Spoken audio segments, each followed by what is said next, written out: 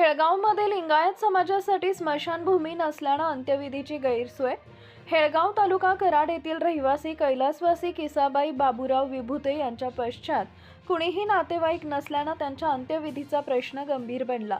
हेळगाव गावात लिंगायत समाजासाठी स्वतंत्र दफनभूमी उपलब्ध नसल्यामुळे अखेर त्यांचं दफन मसूर येथील स्मशानभूमीत करण्यात आले।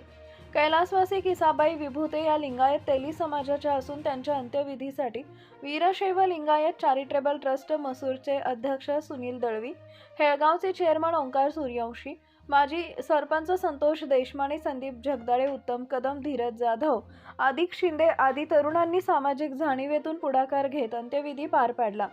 हेळगाव गावात लिंगायत समाजासाठी स्मशानभूमी नसल्यामुळे प्रत्येक वेळी अंत्यविधीसाठी दूर अंतरावर जावं लागत असून त्यामुळे कुटुंबीय व समाज बांधवांची मोठी हेळसांड होत आहे।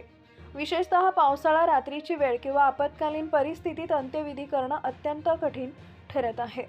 गेल्या अनेक वर्षांपासून लिंगायत समाजाकडून स्वतंत्र स्मशानभूमीची मागणी करण्यात येत असतानाही अद्याप कोणतीही ठोस कार्यवाही न झाल्यानं समाजात तीव्र नाराजी व्यक्त होती आहे। प्रशासन व संबंधित यंत्रणांनी या गंभीर विषयांकडे तातडीनं लक्ष देऊन हेळगाव गावात लिंगायत समाजासाठी स्वतंत्र स्मशानभूमी उपलब्ध करून द्यावी अशी जोरदार मागणी ग्रामस्थ व समाज बांधवांकडून करण्यात येत आहे।